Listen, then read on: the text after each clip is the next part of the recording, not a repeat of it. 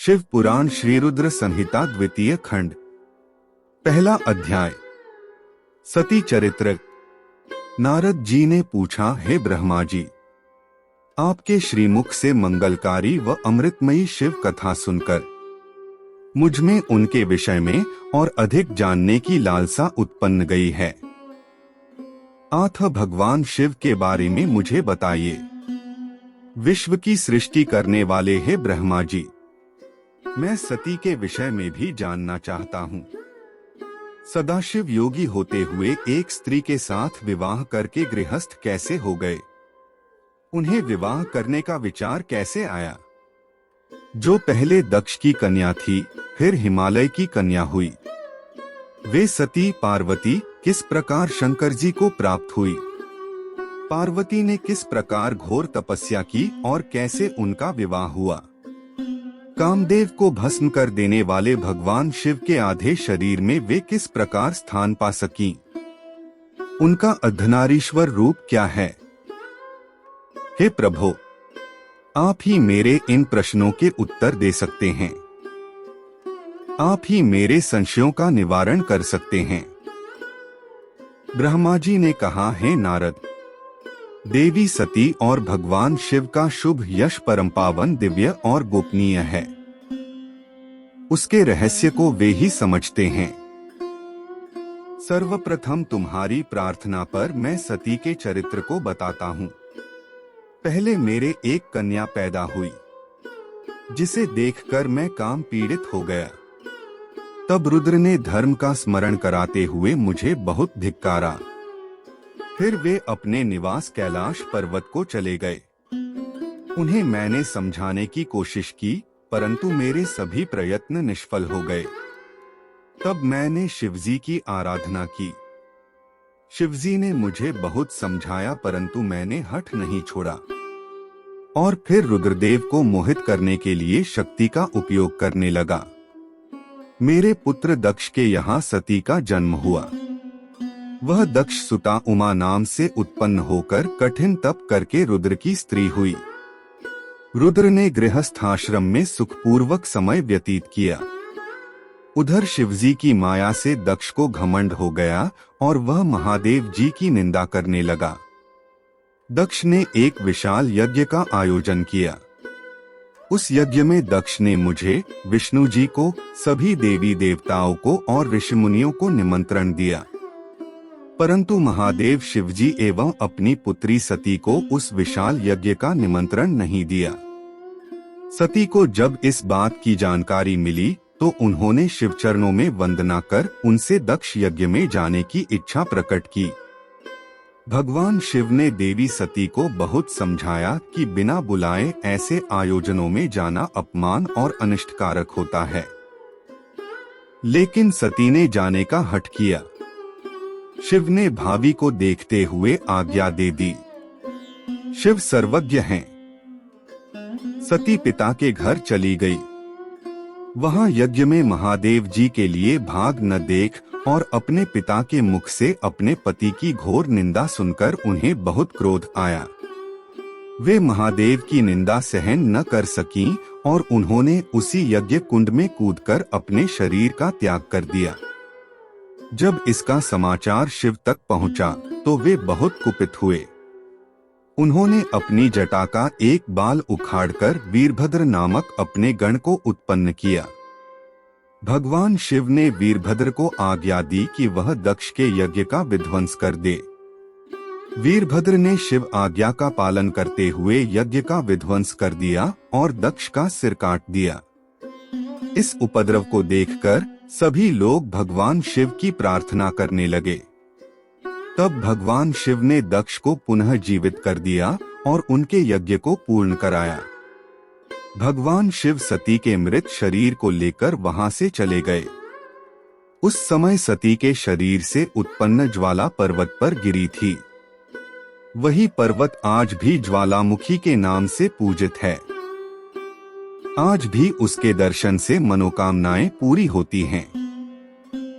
वही सती दूसरे जन्म में हिमाचल के घर में पुत्री रूप में प्रकट हुई, जिनका नाम पार्वती था। उन्होंने कठोर तप द्वारा पुनः महादेव शिव को अपने पति के रूप में प्राप्त कर लिया। शिव पुराण श्री रुद्र संहिता द्वितीय खंड, दूसरा अध्याय। शिव पार्वती चरित्र। सूत जी बोले, हे ऋषियों, ब्रह्मा जी के ये वचन सुनकर नारद जी पुनः पूछने लगे, हे ब्रह्मा जी, मैं सती और शंकर जी के परम पवित्र व दिव्य चरित्र को पुनः सुनना चाहता हूँ कि सती की उत्पत्ति कैसे हुई और महादेव जी का मन विवाह करने के लिए कैसे तैयार हुआ। दक्ष से नाराज होकर देवी सती ने अपनी देह को कैसे त्याग दिया और फिर कैसे हिमाचल की पुत्री पार्वती के रूप में जन्म लिया। उनके तप, विवाह, कामनाश आदि की सभी कथाएं मुझे सविस्तार सुनाने की कृपा करें। ब्रह्मा जी बोले, हे नारद, पहले भगवान शिव निर्गुण, निर्विकल्प, निर्विकारी और दिव्य थे, परंतु देवी उमा से विवाह करने के बाद वे सगुण और शक्तिमान हो गए। उनके बाएं अंग से ब्रह्मा जी उत्पन्न हुए और दाएं अंग से विष्णु उत्पन्न हुए। तभी से भगवान सदाशिव के तीन रूप ब्रह्मा, विष्णु और रुद्र सृष्टिकर्ता, पालनकर्ता और संहारकर्ता के रूप में विख्यात हुए। उनकी आराधना करते हुए मैं सुरासुर सहित मनुष्य आदि जीवों की रचना करने लगा। मैंने सभी जातियों का निर्माण किया। मैंने ही मरीच, अत्रि, पुलह, पुलस्त्य, अंगिरा, क्रतु, वशिष्ठ, नारद, दक्ष और भृगु की उत्पत्ति की और ये मेरे मानस पुत्र कहलाए। तत्पश्चात मेरे मन में माया का मोह उत्पन्न होने लगा। तब मेरे हृदय से अत्यंत मनोहारी और सुंदर रूप वाली नारी प्रकट हुई। उसका नाम संध्या था। वह दिन में क्षीण होती, परंतु रात में उसका रूप सौंद और निखर जाता था। वह सायं संध्या ही थी। संध्या निरंतर मंत्र का जाप करती थी। उसके सौंदर्य से ऋषि मुनियों का मन भी भ्रमित हो जाता था। इसी प्रकार मेरे मन से एक मनोहर रूप वाला पुरुष भी प्रकट हुआ। वह अत्यंत सुंदर और अद्भुत रूप वाला था। उसके शरीर का मध्य भाग पतला था। वह काले बालों से युक्त था। उसके दांत सफेद मोतियों से चमक रहे थे। उसके श्वास से सुगंधी निकल रही थी। उसकी चाल मदमस्त हाथी के समान थी। उसकी आंखें कमल के समान थीं। उसके अंगों में लगे केसर की सुगंध नासिका को तृप्त कर रही थी। तभी उस रूपवान पुरुष ने विनयपूर्वक अपने सिर को मुझ ब्रह्मा के सामने झुकाकर मुझे प्रणाम किया और मेरी बहुत स्तुति की। वह पुरुष बोला, ब्रह्मा, आप अत्यंत शक्तिशाली हैं। आपने ही मेरी उत्पत्ति की है। प्रभु मुझ पर कृपा करें और मेरे योग्य काम मुझे बताएं ताकि मैं आपकी आज्ञा से उस कार्य को पूरा कर सकूं। ब्रह्मा जी ने कहा, हे भद्र पुरुष, तुम सनातनी सृष्टि उत्पन्न करो। तुम अपने इसी स्वरूप में फूल के 5 बाणों से स्त्रियों और पुरुषों को मोहित करो। इस चराचर जगत में कोई भी जीव तुम्हारा तिरस्कार नहीं कर पाएगा। तुम छिपकर प्राणियों के हृदय में प्रवेश करके सुख का हेतु बनकर सृष्टि का सनातन कार्य आगे बढ़ाओगे। तुम्हारे पुष्पमय बाण समस्त प्राणियों को भेद कर उन्हें मदमस्त करेंगे। आज से तुम पुष्प बाण नाम से जाने जाओगे। इसी प्रकार तुम सृष्टि के प्रवर्तक के रूप में जाने जाओगे। शिव पुराण श्री रुद्र संहिता द्वितीय खंड, तीसरा अध्याय। कामदेव को ब्रह्मा जी द्वारा शाप देना। ब्रह्मा जी ने कहा, हे नारद, सभी ऋषि मुनि उस पुरुष के लिए उचित नाम खोजने लगे। तब सोच विचार कर वे बोले कि तुमने उत्पन्न होते ही ब्रह्मा का मन मंथन कर दिया है। अतः तुम्हारा पहला नाम मनमत होगा। तुम्हारे जैसा इस संसार में कोई नहीं है, इसलिए तुम्हारा दूसरा नाम काम होगा। तीसरा नाम मदन और चौथा नाम कंदर्प होगा। अपने नामों के विषय में जानते ही काम ने अपने 5 बाणों का नामकरण कर उनका परीक्षण किया। काम ने अपने 5 बाणों को हर्षण, रोचन, मोहन, शोषण और मारण नाम से सुशोभित किया। ये बाण ऋषि मुनियों को भी मोहित कर सकते थे। उस स्थान पर बहुत से देवता व ऋषि उपस्थित थे। उस समय संध्या भी वहीं थी। कामदेव द्वारा चलाए गए बाणों के फलस्वरूप सभी मोहित हो गए। सबके मनों में विकार आ गया। सभी काम के वशीभूत हो चुके थे। प्रजापति, मरीचि, अत्रि, दक्ष आदि सब मुनियों के साथ साथ ब्रह्मा जी भी काम के वश में होकर संध्या को पाने की इच्छा करने लगे। ब्रह्मा व उनके मानस पुत्रों सभी को एक कन्या पर मोहित होते देखकर धर्म को बहुत दुख हुआ। धर्म ने धर्मरक्षक त्रिलोकीनाथ का स्मरण किया। तब मुझे देखकर शिवजी हंसे और कहने लगे, हे ब्रह्मा, अपनी पुत्री के ही प्रति तुम मोहित कैसे हो गए? सूर्य का दर्शन करने वाले दक्ष, मरीचि आदि योगियों का निर्मल मन कैसे स्त्री को देखते ही मलिन हो गया? जिन देवताओं का मन स्त्री के प्रति आसक्त हो, उनके साथ शास्त्र संगति किस प्रकार की जा सकती है?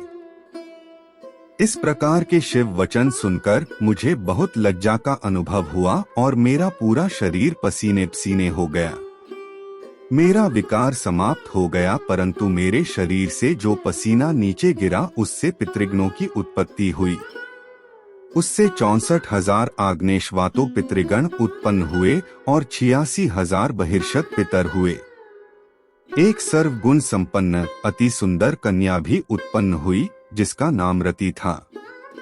उसका रूप सौंदर्य देखकर ऋतु आदि स्खलित हो गए एवं उससे अनेक पितरों की उत्पत्ति हुई। इस प्रकार संध्या से बहुत से पितरों की उत्पत्ति हुई। शिवजी के वहां से अंतर्धान होने पर मैं काम पर क्रोधित हुआ। मेरे क्रुद्ध होने पर काम ने वह बाण वापस खींच लिया।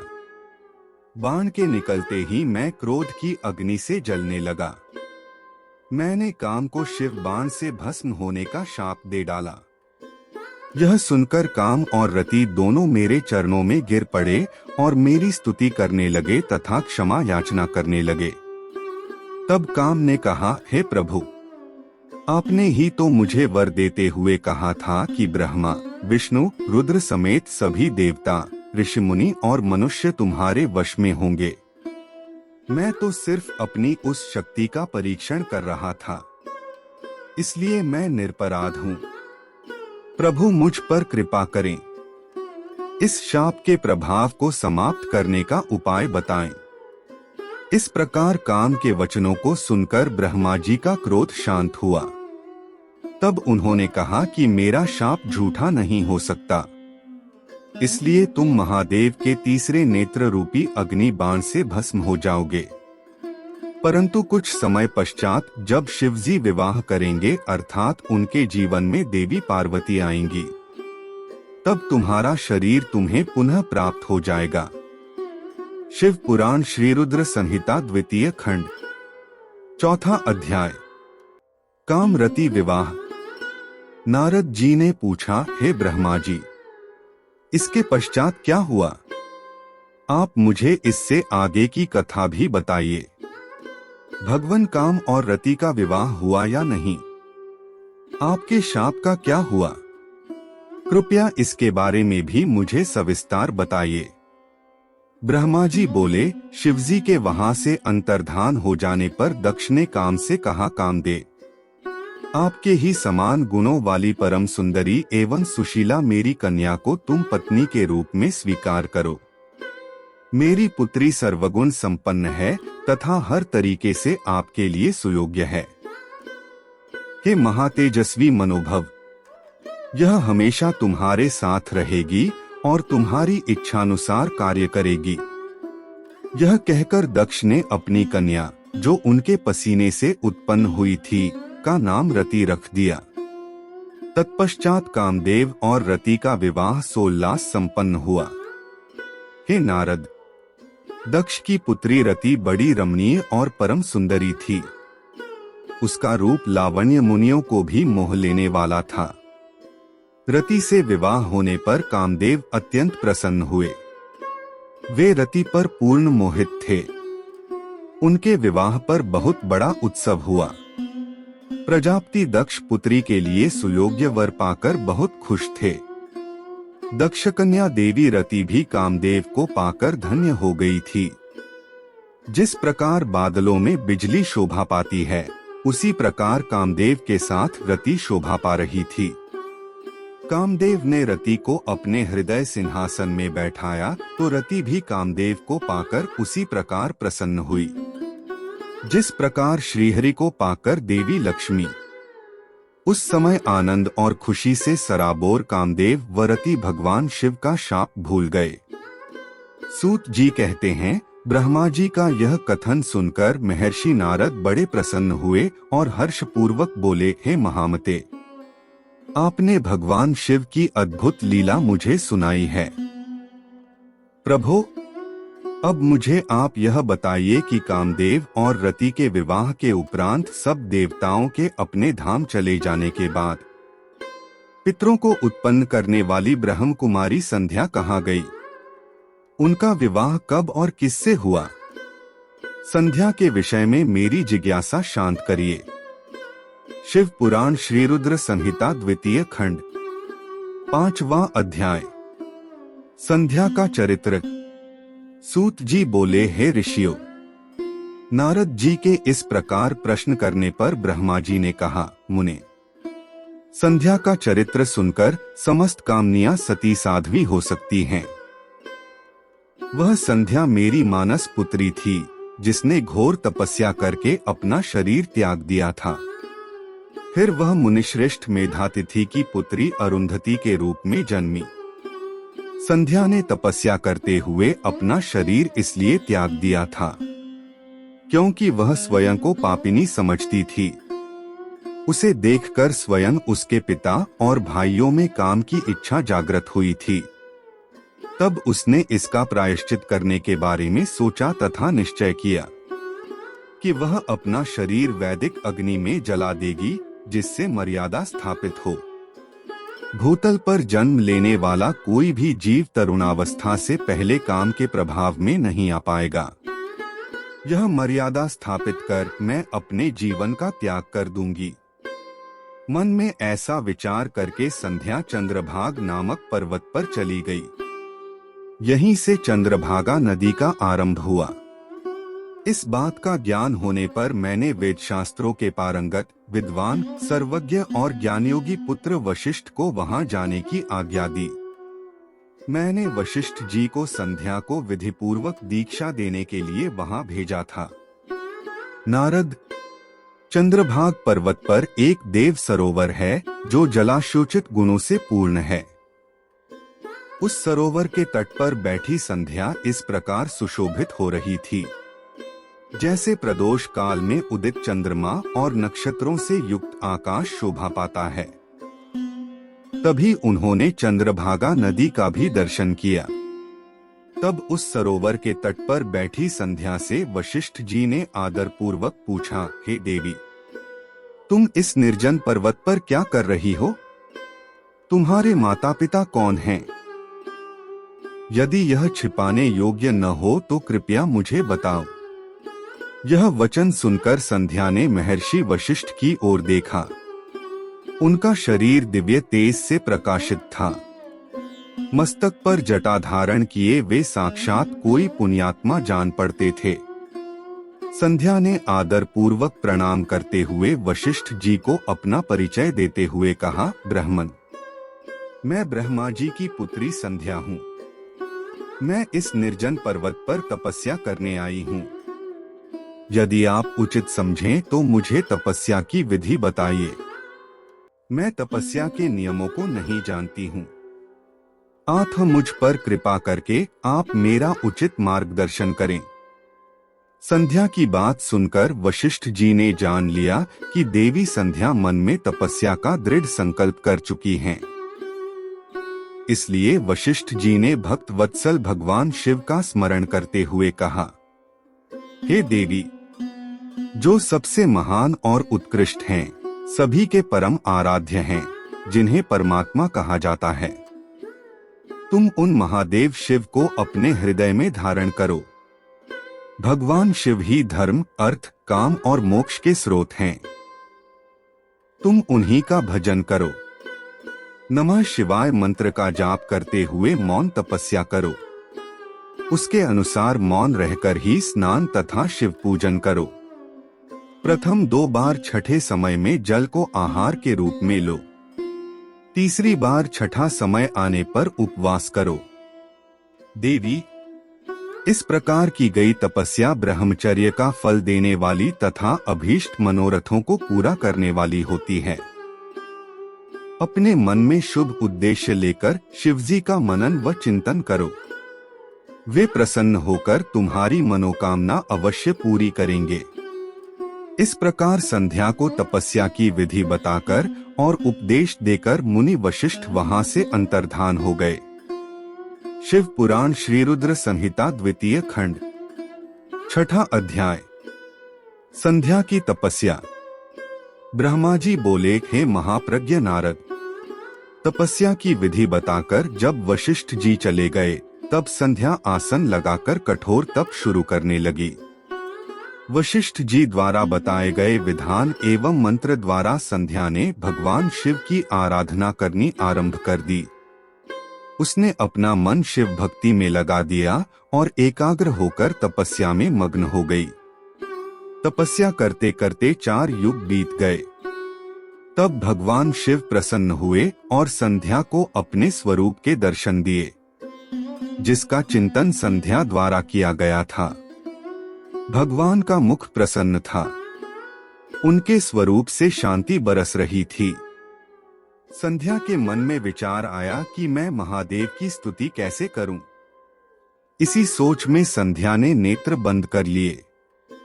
भगवान शिव ने संध्या के हृदय में प्रवेश कर उसे दिव्य ज्ञान दिया, साथ ही दिव्यवाणी और दिव्य दृष्टि भी प्रदान की। संध्या ने प्रसन्न मन से भगवान शिव की स्तुति की। संध्या बोली, हे निराकार, परम ज्ञानी, लोकसृष्टा भगवान शिव, मैं आपको नमस्कार करती हूँ, जो शांत, निर्मल, निर्विकार और ज्ञान के स्रोत हैं। जो प्रकाश को प्रकाशित करते हैं, उन भगवान शिव को मैं प्रणाम करती हूँ, जिनका रूप अद्वितीय, शुद्ध, माया रहित, प्रकाशमान, सच्चिदानंदमय, नित्यानंदमय, सत्य, ऐश्वर्य से युक्त तथा लक्ष्मी और सुख वाला है, उन परमपिता परमेश्वर को मेरा नमस्कार है। जो सत्व प्रधान, ध्यान योग्य, आत्मस्वरूप, सारभूत, सबको पार लगाने वाला तथा परम पवित्र है, उन प्रभु को मेरा प्रणाम है। भगवान शिव आपका स्वरूप शुद्ध, मनोहर, रत्नमय, आभूषणों से अलंकृत एवं कपूर के समान है। आपके हाथों में डमरू, रुद्राक्ष और त्रिशूल शोभा पाते हैं। आपके इस दिव्य, चिन्मय, सगुण, साकार रूप को मैं नमस्कार करती हूँ। आकाश, पृथ्वी, दिशाएं, जल, तेज और काल सभी आपके रूप हैं। हे प्रभु, आप ही ब्रह्मा के रूप में जगत की सृष्टि, विष्णु रूप में संसार का पालन करते हैं। आप ही रुद्र रूप धरकर संहार करते हैं। जिनके चरणों से पृथ्वी तथा अन्य शरीर से सारी दिशाएं, सूर्य, चंद्रमा एवं अन्य देवता प्रकट हुए हैं। जिनकी नाभि से अंतरिक्ष का निर्माण हुआ है, वे ही सद्ब्रह्म तथा परब्रह्म हैं। आपसे ही सारे जगत की उत्पत्ति हुई है।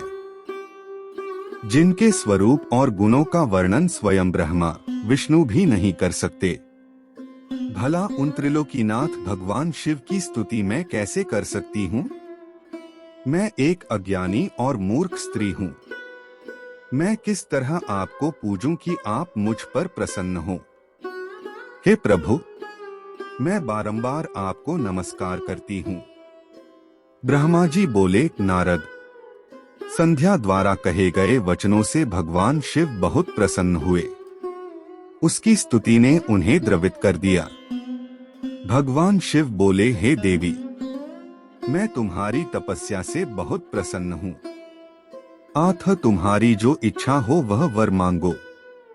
तुम्हारी इच्छा मैं अवश्य पूर्ण करूंगा। भगवान शिव के ये वचन सुनकर संध्या खुशी से उन्हें बार बार प्रणाम करती हुए बोली, हे महेश्वर, यदि आप मुझ पर प्रसन्न होकर कोई वर देना चाहते हैं और यदि मैं अपने पूर्व पापों से शुद्ध हो गई हूँ, तो हे महेश्वर, हे देवेश, आप मुझे वरदान दीजिए कि आकाश, पृथ्वी और किसी भी स्थान में रहने वाले जो भी प्राणी इस संसार में जन्म लें, वे जन्म लेते ही काम भाव से युक्त न हो जाएं। हे प्रभु, मेरे पति सुहृदय और मित्र के समान हो और अधिक कामी न हो। उनके अलावा जो भी मनुष्य मुझे सकाम भाव से देखे वह पुरुषत्वहीन अर्थात नपुंसक हो जाए। हे प्रभु, मुझे यह वरदान भी दीजिए कि मेरे समान विख्यात और परम तपस्विनी तीनों लोकों में और कोई न हो। निष्पाप संध्या के वरदान मांगने को सुनकर भगवान शिव बोले, हे देवी संध्या, तथास्तु, तुम जो चाहती हो मैं तुम्हें प्रदान करता हूँ। प्राणियों के जीवन में अब 4 अवस्थाएं होंगी। पहली शैशव अवस्था, दूसरी कौमार्यावस्था, तीसरी यौवनावस्था और चौथी वृद्धावस्था। तीसरी अवस्था अर्थात यौवनावस्था में ही मनुष्य सकाम होगा। कहीं कहीं दूसरी अवस्था के अंत में भी प्राणी सकाम हो सकते हैं। तुम्हारी तपस्या से प्रसन्न होकर ही मैंने यह मर्यादा निर्धारित की है। तुम परम सती होगी और तुम्हारे पति के अतिरिक्त जो भी मनुष्य तुम्हें सकाम भाव से देखेगा वह तुरंत पुरुषत्वहीन हो जाएगा। तुम्हारा पति महान तपस्वी होगा जो कि 7 कल्पों तक जीवित रहेगा। इस प्रकार मैंने तुम्हारे द्वारा मांगे गए दोनों वरदान तुम्हें प्रदान कर दिए हैं। अब मैं तुम्हें तुम्हारी प्रतिज्ञा को पूर्ण करने का साधन बताता हूँ। तुमने अग्नि में अपना शरीर त्यागने की प्रतिज्ञा की थी। मुनिवर मेधातिथि का एक यज्ञ चल रहा है जो कि 12 वर्षों तक चलेगा। उसमें अग्नि बड़े जोरों से जल रही है। तुम उसी अग्नि में अपना शरीर त्याग दो। चंद्रभागा नदी के तट पर ही तपस्वियों का आश्रम है जहां महायज्ञ हो रहा है। तुम उसी अग्नि से प्रकट होकर मेधातिथि की पुत्री होगी। अपने मन में जिस पुरुष की इच्छा करके तुम शरीर त्यागोगी वही पुरुष तुम्हें पति रूप में प्राप्त होगा। संध्या, जब तुम इस पर्वत पर तपस्या कर रही थीं, तब त्रेता युग में प्रजापति दक्ष की बहुत सी कन्याएं हुई। उनमें से 27 कन्याओं का विवाह उन्होंने चंद्रमा से कर दिया। चंद्रमा उन सबको छोड़कर केवल रोहिणी से प्रेम करते थे। तब दक्ष ने क्रोधित होकर उन्हें शाप दे दिया। चंद्रमा को शाप से मुक्त कराने के लिए उन्होंने चंद्रभागा नदी की रचना की। उसी समय मेधातिथि यहाँ उपस्थित हुए थे। उनके समान कोई तपस्वी न है न होगा। उन्हीं का ज्योतिष्टोम नामक यज्ञ चल रहा है जिसमें अग्निदेव प्रज्वलित हैं। तुम उसी आग में अपना शरीर डालकर पवित्र हो जाओ और अपनी प्रतिज्ञा पूरी करो। इस प्रकार उपदेश देकर भगवान शिव वहां से अंतर्धान हो गए। शिव पुराण श्री रुद्र संहिता 2 खंड 7वां अध्याय। संध्या की आत्माहुति।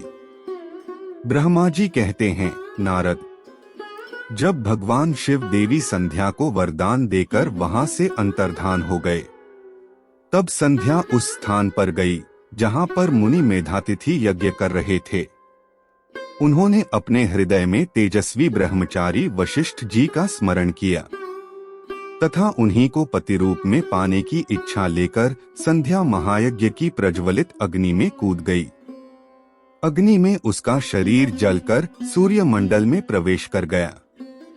तब सूर्य ने पितरों और देवताओं की तृप्ति के लिए उसे 2 भागों में बांटकर रथ में स्थापित कर दिया।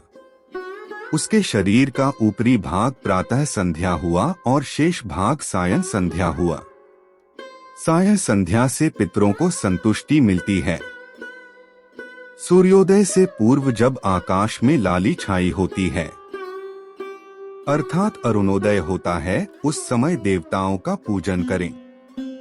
जिस समय लाल कमल के समान सूर्य अस्त होता है अर्थात डूबता है, उस समय पितरों का पूजन करना चाहिए। भगवान शिव ने संध्या के प्राणों को दिव्य शरीर प्रदान कर दिया। जब मेधातिथि मुनि का यज्ञ समाप्त हुआ तब उन्होंने एक कन्या को, जिसकी कांति सोने के समान थी, अग्नि में पड़े देखा। उसे मुनि ने भली प्रकार स्नान कराया और अपनी गोद में बैठा लिया। उन्होंने उसका नाम अरुंधति रखा।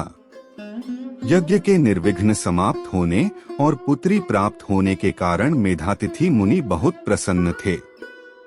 उन्होंने अरुंधति का पालन आश्रम में ही किया। वह धीरे धीरे उसी चंद्रभागा नदी के तट पर रहते हुए बड़ी होने लगी। जब वह विवाह योग्य हुई तो हम त्रिदेव ब्रह्मा, विष्णु और महेश ने मेधा मुनि से बात कर उसका विवाह मुनि वशिष्ठ से करा दिया।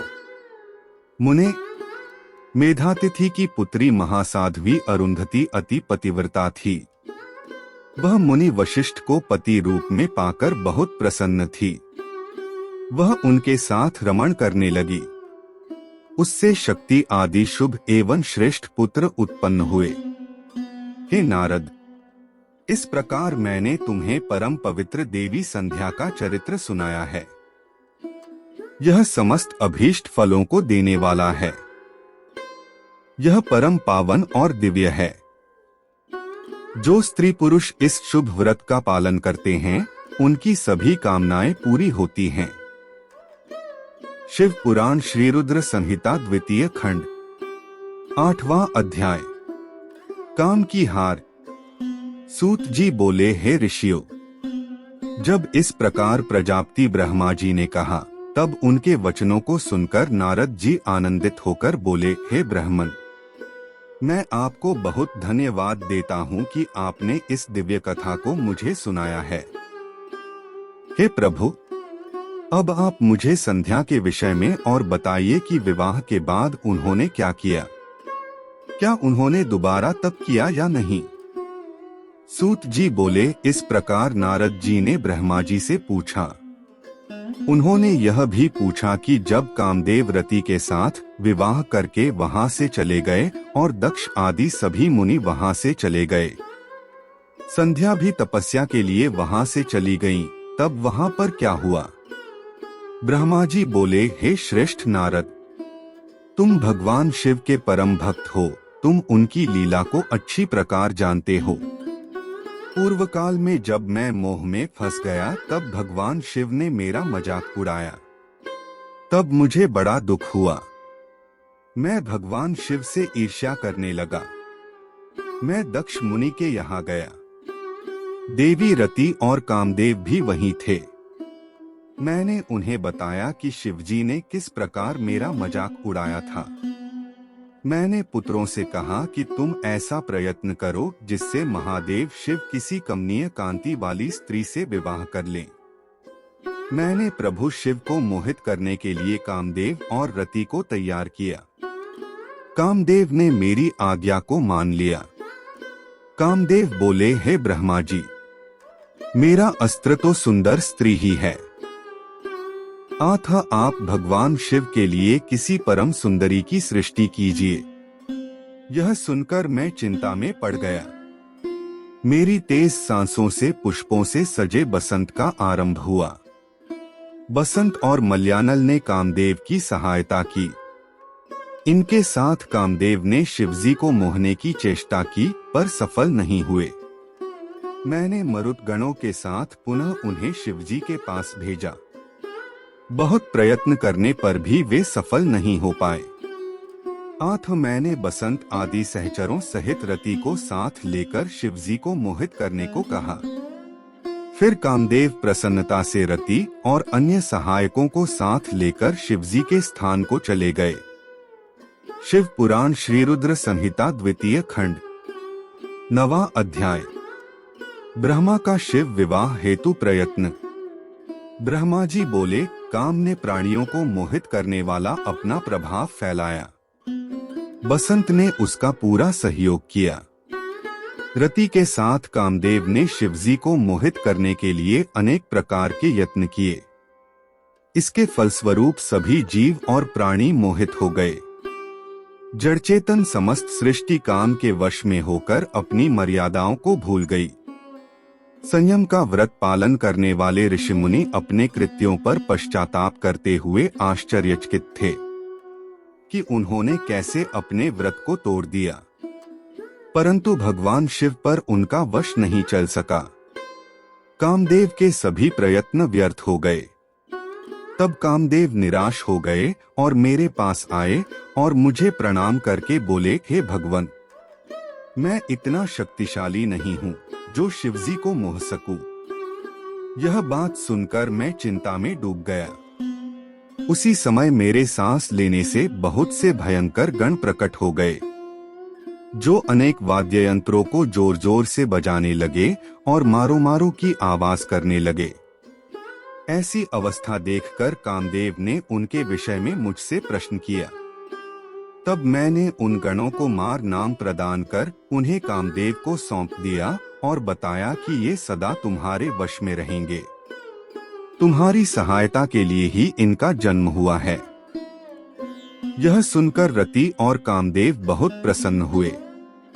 काम ने कहा, प्रभु, मैं आपकी आज्ञा के अनुसार पुनः शिवजी को मोहित करने के लिए जाऊंगा, परंतु मुझे यह लगता है कि मैं उन्हें मोहने में सफल नहीं हो पाऊंगा।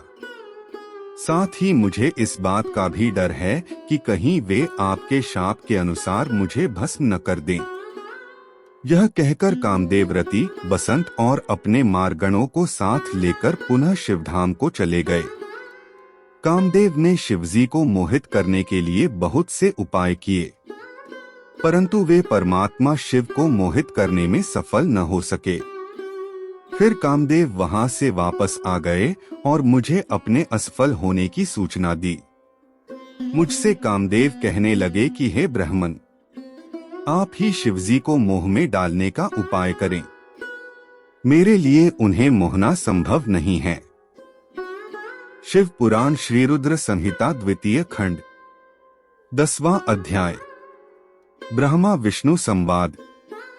ब्रह्मा जी बोले, नारद, काम के चले जाने पर श्री महादेव जी को मोहित कराने का मेरा अहंकार गिरकर चूर चूर हो गया, परंतु मेरे मन में यही चलता रहा कि ऐसा क्या करूं जिससे महात्मा शिवजी स्त्री ग्रहण कर लें। यह सोचते सोचते मुझे विष्णु जी का स्मरण हुआ। उन्हें याद करते ही पीतांबरधारी श्रीहरि विष्णु मेरे सामने प्रकट हो गए। मैंने उनकी प्रसन्नता के लिए उनकी बहुत स्तुति की। तब विष्णु जी मुझसे पूछने लगे कि मैंने उनका स्मरण की उद्देश्य से किया था। यदि तुम्हें कोई दुख या कष्ट है तो कृपया मुझे बताओ, मैं उस दुख को मिटा दूंगा। तब मैंने उनसे कहा, हे केशव, यदि भगवान शिव किसी तरह पत्नी ग्रहण कर लें अर्थात विवाह कर लें, तो मेरे सभी दुख दूर हो जाएंगे, मैं पुनः सुखी हो जाऊंगा। मेरी यह बात सुनकर भगवान मधुसूदन हंसने लगे और मुझ लोकसृष्टा ब्रह्मा का हर्ष बढ़ाते हुए बोले, हे ब्रह्मा जी, मेरी बातों को सुनकर आपके सभी भ्रमों का निवारण हो जाएगा। शिवजी ही सबके कर्ता और भर्ता हैं। वे ही इस संसार का पालन करते हैं। वे ही पापों का नाश करते हैं। भगवान शिव ही परब्रह्म, परेश, निर्गुण, नित्य, अनिर्देश्य, निर्विकार, अद्वितीय, अनंत और सबका अंत करने वाले हैं। वे सर्वव्यापी हैं। तीनों गुणों को आश्रय देने वाले ब्रह्मा, विष्णु और महेश नाम से प्रसिद्ध। रजोगुण, तमोगुण, सत्वगुण से दूर एवं माया से रहित हैं। भगवान शिव योग परायण और भक्त वत्सल हैं। हे विधे, जब भगवान शिव ने आपकी कृपा से हमें प्रकट किया था, उस समय उन्होंने हमें बताया था कि यद्यपि ब्रह्मा, विष्णु और रुद्र तीनों मेरे ही अवतार होंगे, परंतु रुद्र को मेरा पूर्ण रूप माना जाएगा। इसी प्रकार देवी उमा के भी 3 रूप होंगे। एक रूप का नाम लक्ष्मी होगा और वह श्रीहरि की पत्नी होंगी। दूसरा रूप सरस्वती का होगा और वे ब्रह्मा जी की पत्नी होंगी। देवी सती उमा का पूर्ण रूप होंगी। वे ही भाभी रुद्र की पत्नी होंगी। ऐसा कहकर भगवान महेश्वर वहां से अंतर्धान हो गए। समय आने पर हम दोनों ब्रह्मा विष्णु का विवाह देवी सरस्वती और देवी लक्ष्मी से हुआ। भगवान शिव ने रुद्र के रूप में अवतार लिया। वे कैलाश पर्वत पर निवास करते हैं। जैसा कि भगवान शिव ने बताया था कि रुद्र अवतार की पत्नी देवी सती होंगी, जो साक्षात शिवारूप हैं। अतः तुम्हें उनके अवतरण हेतु प्रार्थना करनी चाहिए। अपने मनोरथ का ध्यान करते हुए देवी शिवा की स्तुति करो। वे देवेश्वरी प्रसन्न होने पर तुम्हारी सभी परेशानियों और बाधाओं को दूर कर देंगी। इसलिए तुम सच्चे हृदय से उनका स्मरण कर उनकी स्तुति करो। यदि शिवा प्रसन्न हो जाएंगी तो वे पृथ्वी पर अवतरित होंगी। वे इस लोक में किसी मनुष्य की पुत्री बनकर मानव शरीर धारण करेंगी। तब वे निश्चय ही भगवान रुद्र का वरण कर उन्हें पति रूप में प्राप्त करेंगी। तब तुम्हारी सभी इच्छाएं अवश्य ही पूर्ण होंगी। अतएव तुम प्रजापति दक्ष को यह आज्ञा दो कि वे तपस्या करना आरंभ करें। उनके तप के प्रभाव से ही पार्वती देवी सती के रूप में उनके यहाँ जन्म लेंगी। देवी सती ही महोदव को विवाह सूत्र में बांधेंगी। शिवा और शिवजी दोनों निर्गुण और परम ब्रह्म स्वरूप हैं और अपने भक्तों के पूर्णतः अधीन हैं। वे उनकी इच्छानुसार कार्य करते हैं। ऐसा कहकर भगवान श्रीहरि विष्णु वहां से अंतर्धान हो गए। उनकी बातें सुनकर मुझे बड़ा संतोष हुआ, क्योंकि मुझे मेरे दुखों और कष्टों का निवारण करने का उपाय मालूम हो गया था। शिव पुराण श्री रुद्र संहिता द्वितीय खंड 11वां अध्याय। ब्रह्मा जी की काली देवी से प्रार्थना। नारद जी बोले, पूज्य पिताजी, विष्णु जी के वहां से चले जाने पर क्या हुआ? ब्रह्मा जी कहने लगे कि जब भगवान विष्णु वहां से चले गए तो मैं देवी दुर्गा का स्मरण करने लगा और उनकी स्तुति करने लगा। मैंने मां जगदम्बा से यही प्रार्थना की कि वे मेरा मनोरथ पूर्ण करें। वे पृथ्वी पर अवतरित होकर भगवान शिव का वरण कर उन्हें विवाह बंधन में बांधें। मेरी अनन्य भक्ति स्तुति से प्रसन्न हो योगनिद्रा चामुंडा मेरे सामने प्रकट हुई। उनकी कज्जल सी कांति रूप सुंदर और दिव्य था। वे 4 भुजाओं वाले शेर पर बैठी थीं। उन्हें सामने देख मैंने उनको अत्यंत नम्रता से प्रणाम किया और उनकी पूजा उपासना की। तब मैंने उन्हें बताया कि देवी भगवान शिव रुद्र रूप में कैलाश पर्वत पर निवास कर रहे हैं। वे समाधि लगाकर तपस्या में लीन हैं। वे पूर्ण योगी हैं। भगवान रुद्र ब्रह्मचारी हैं और वे गृहस्थ जीवन में प्रवेश नहीं करना चाहते। वे विवाह नहीं करना चाहते। अतः आप उन्हें मोहित कर उनकी पत्नी बनना स्वीकार करें। हे देवी, स्त्री के कारण ही भगवान शिव ने मेरा मजाक उड़ाया है और मेरी निंदा की है। इसलिए मैं भी उन्हें स्त्री के लिए आसक्त देखना चाहता हूँ। देवी, आपके अलावा कोई भी इतना शक्तिशाली नहीं है कि वह भगवान शंकर को मुंह में डाले। मेरा आपसे अनुरोध है कि आप प्रजापति दक्ष के यहाँ उनकी कन्या के रूप में जन्म लें और भगवान शिव का वरण कर उन्हें गृहस्थ आश्रम में प्रवेश कराएं। देवी चामुंडा बोली, हे ब्रह्मा, भगवान शिव तो परम योगी हैं। भला उनको मोहित करके तुम्हें क्या लाभ होगा? इसके लिए तुम मुझसे क्या चाहते हो? मैं तो हमेशा से ही उनकी दासी हूँ। उन्होंने अपने भक्तों का उद्धार करने के लिए ही रुद्र अवतार धारण किया है। यह कहकर वे शिवजी का स्मरण करने लगीं। फिर वे कहने लगीं कि यह तो सच है कि कोई भगवान शिव को मोहमाया के बंधनों में नहीं बांध सकता। इस संसार में कोई भी शिवजी को मोहित नहीं कर सकता। मुझ में भी इतनी शक्ति नहीं है कि उन्हें उनके कर्तव्य पथ से विमुख कर सकूं। फिर भी आपकी प्रार्थना से प्रसन्न होकर मैं इसका प्रयत्न करूंगी जिससे भगवान शिव मोहित होकर विवाह कर लें। मैं सती रूप धारण कर पृथ्वी पर अवतरित होंगी। यह कहकर देवी वहां से अंतर्धान हो गई। शिव पुराण श्री रुद्र संहिता द्वितीय खंड 12वां अध्याय। दक्ष की तपस्या। नारद जी ने पूछा, हे ब्रह्मा जी, उत्तम व्रत का पालन करने वाले प्रजापति दक्ष ने तपस्या करके देवी से कौन सा वरदान प्राप्त किया और वे किस प्रकार दक्ष की कन्या के रूप में जन्मी? ब्रह्मा जी बोले, हे नारद, मेरी आज्ञा पाकर प्रजापति दक्ष क्षीरसागर के उत्तरी तट पर चले गए। वे उसी तट पर बैठकर देवी उमा को अपनी पुत्री के रूप में प्राप्त करने के लिए उन्हें हृदय से स्मरण करते हुए तपस्या करने लगे। मन को एकाग्र कर प्रजापति दक्ष दृढ़ता से कठोर व्रत का पालन करने लगे। उन्होंने 3000 दिव्य वर्षों तक घोर तपस्या की। वे केवल जल और हवा ही ग्रहण करते थे। तत्पश्चात देवी जगदम्बा ने उन्हें प्रत्यक्ष दर्शन दिए। कालिका देवी अपने सिंह पर विराजमान थीं। उनकी श्यामल कांति व मुख अत्यंत मोहक था। उनकी 4 भुजाएं थीं। वे एक हाथ में वरद, दूसरे में अभय, तीसरे में नीलकमल और चौथे हाथ में खड्ग धारण किए हुए थीं। उनके दोनों नेत्र लाल थे और केश लंबे व खुले हुए थे। देवी का स्वरूप बहुत ही मनोहारी था। उत्तम आभा से प्रकाशित देवी को दक्ष और उनकी पत्नी ने श्रद्धापूर्वक नमस्कार किया। उन्होंने देवी की श्रद्धा भाव से स्तुति की।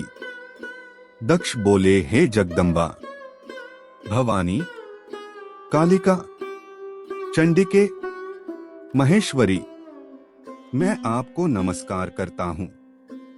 मैं आपका बहुत आभारी हूँ जो आपने मुझे दर्शन दिए हैं। हे देवी, मुझ पर प्रसन्न होइए। ब्रह्मा जी ने कहा, हे नारद, देवी जगदम्बा ने स्वयं ही दक्ष के मन की इच्छा जान ली थी। वे बोली, दक्ष, मैं तुम्हारी तपस्या से बहुत प्रसन्न हूँ। तुम अपने मन की इच्छा मुझे बताओ। मैं तुम्हारे सभी दुखों को अवश्य दूर करूंगी। तुम अपनी इच्छानुसार वरदान मांग सकते हो। जगदम्बा की यह बात सुनकर प्रजापति दक्ष बहुत प्रसन्न हुए और देवी को प्रणाम करने लगे। दक्ष बोले, हे देवी, आप धन्य हैं। आप ही प्रसन्न होने पर मनोवांछित फल देने वाली हैं। हे देवी, यदि आप मुझे वर देना चाहती हैं तो मेरी बात ध्यानपूर्वक सुने और मेरी इच्छा पूर्ण करें। हे जगदम्बा, मेरे स्वामी शिव ने रुद्र अवतार धारण किया है, परंतु अब तक आपने कोई अवतार धारण नहीं किया है। आपके सिवा कौन उनकी पत्नी होने योग्य है? आथ हे देवी, आप मेरी पुत्री के रूप में धरती पर जन्म लें और भगवान शिव को अपने रूप लावण्य से मोहित करें। हे जगदम्बा, आपके अलावा कोई भी शिवजी को कभी मोहित नहीं कर सकता। इसलिए आप हर मोहिनी अर्थात भगवान को मोहने वाली बनकर संपूर्ण जगत का हित कीजिए। यही मेरे लिए वरदान है। दक्ष का यह वचन सुनकर जगदम्बिका हंसने लगी और मन में भगवान शिव का स्मरण कर बोली, हे प्रजापति दक्ष, तुम्हारी पूजा आराधना से मैं प्रसन्न हूँ। तुम्हारे वर के अनुसार मैं तुम्हारी पुत्री के रूप में जन्म लूंगी। तत्पश्चात बड़ी होकर मैं कठोर तप द्वारा महादेव जी को प्रसन्न कर उन्हें पति रूप में प्राप्त करूंगी। मैं उनकी दासी हूँ। प्रत्येक जन्म में शिव शंभु ही मेरे स्वामी होते हैं। अथ मैं तुम्हारे घर में जन्म लेकर शिवा का अवतार धारण करूंगी। अब तुम घर जाओ, परंतु एक बात हमेशा याद रखना, जिस दिन तुम्हारे मन में मेरा आदर कम हो जाएगा, उसी दिन मैं अपना शरीर त्याग कर अपने स्वरूप में लीन हो जाऊंगी। यह कहकर देवी जगदम्बिका वहां से अंतर्धान हो गईं, तथा प्रजापति दक्ष सुखी मन से घर लौट आए। शिव पुराण श्री रुद्र संहिता द्वितीय खंड 13वां अध्याय। दक्ष द्वारा मैथुनी सृष्टि का आरंभ। ब्रह्मा जी कहते हैं, हे नारद, प्रजापति दक्ष देवी का वरदान पाकर अपने आश्रम में लौट आए। मेरी आज्ञा पाकर प्रजापति दक्ष मानसिक सृष्टि की रचना करने लगे, परंतु फिर भी प्रजा की संख्या में वृद्धि होती न देखकर वे बहुत चिंतित हुए और मेरे पास आकर कहने लगे, हे प्रभु, मैंने जितने भी जीवों की रचना की है वे सभी उतने ही रह गए, अर्थात उनमें कोई भी वृद्धि नहीं हो पाई। हे तात, मुझे कृपा कर ऐसा कोई उपाय बताइए जिससे वे जीव अपने आप बढ़ने लगें। ब्रह्मा जी बोले, प्रजापति दक्ष, मेरी बात ध्यानपूर्वक सुनो। तुम त्रिलोकीनाथ भगवान शिव की भक्ति करते हुए यह कार्य संपन्न करो, वे निश्चय ही तुम्हारा कल्याण करेंगे। तुम प्रजापति वीरण की परम सुंदर पुत्री असिकनी से विवाह करो और स्त्री के साथ मैथुन धर्म का आश्रय लेकर प्रजा बढ़ाओ। असिकनी से तुम्हें बहुत सी संतानें प्राप्त होंगी। मेरी आज्ञा के अनुसार दक्ष ने वीरण की पुत्री असिकनी से विवाह कर लिया। उनकी पत्नी के गर्भ से उन्हें 10,000 पुत्रों की प्राप्ति हुई। ये हर्यश्व नाम से जाने गए। सभी पुत्र धर्म के पथ पर चलने वाले थे। एक दिन अपने पिता दक्ष से उन्हें प्रजा की सृष्टि करने का आदेश मिला। तब इस उद्देश्य से तपस्या करने के लिए वे पश्चिम दिशा में स्थित नारायण सर नामक तीर्थ पर गए। वहां सिंधु नदी व समुद्र का संगम हुआ है। उस पवित्र तीर्थ के जल के स्पर्श से उनका मन उज्ज्वल और ज्ञान से संपन्न हो गया। वे उसी स्थान पर प्रजा की वृद्धि के लिए तप करने लगे। नारद, इस बात को जानने के बाद तुम श्रीहरि विष्णु की इच्छा से उनके पास गए और बोले, दक्षपुत्र हर्यश्वगण, तुम पृथ्वी का अंत देखे बिना सृष्टि की रचना करने के लिए कैसे उद्यत हो गए? ब्रह्मा जी बोले, हर्यश्व बड़े ही बुद्धिमान थे। वे तुम्हारा प्रश्न सुनकर उस पर विचार करने लगे। वे सोचने लगे कि जो उत्तम शास्त्र रूपी पिता के निवृत्ति पर आदेश को नहीं समझता, वह केवल रजोगुण पर विश्वास करने वाला पुरुष सृष्टि निर्माण का कार्य कैसे कर सकता है। इस बात को समझकर वे नारद जी की परिक्रमा करके ऐसे रास्ते पर चले गए जहां से वापस लौटना असंभव है। जब प्रजापति दक्ष को यह पता चला कि उनके सभी पुत्र नारद से शिक्षा पाकर मेरी आज्ञा को भूलकर ऐसे स्थान पर चले गए जहां से लौटा नहीं जा सकता, तो दक्ष इस बात से बहुत दुखी हुए। वे पुत्रों के वियोग को सह नहीं पा रहे थे। तब मैंने उन्हें बहुत समझाया और उन्हें सांत्वना दी। तब पुनः दक्ष की पत्नी असिकनी के गर्भ से शबलाश्व नामक एक सहस्र पुत्र हुए। वे सभी अपने पिता की आज्ञा को पाकर पुनः तपस्या के लिए उसी स्थान पर चले गए जहां उनके बड़े भाई गए थे। नारायण सरोवर के जल के स्पर्श से उनके सभी पाप नष्ट हो गए और मन शुद्ध हो गया। वे उसी तट पर प्रणव मंत्र का जाप करते हुए तपस्या करने लगे। तब नारद, तुमने पुनः वही बातें जो उनके भाइयों को कही थीं, उन्हें भी बता दी और तुम्हारे दिखाए मार्ग के अनुसार वे अपने भाइयों के पथ पर चलते ऊर्ध्वगति को प्राप्त हुए। दक्ष को इस बात से बहुत दुख हुआ और वे दुख से बेहोश हो गए। जब प्रजापति दक्ष को ज्ञात हुआ कि यह सब नारद की वजह से हुआ है, तो उन्हें बहुत क्रोध आया। संयोग से तुम भी उसी समय वहां पहुंच गए।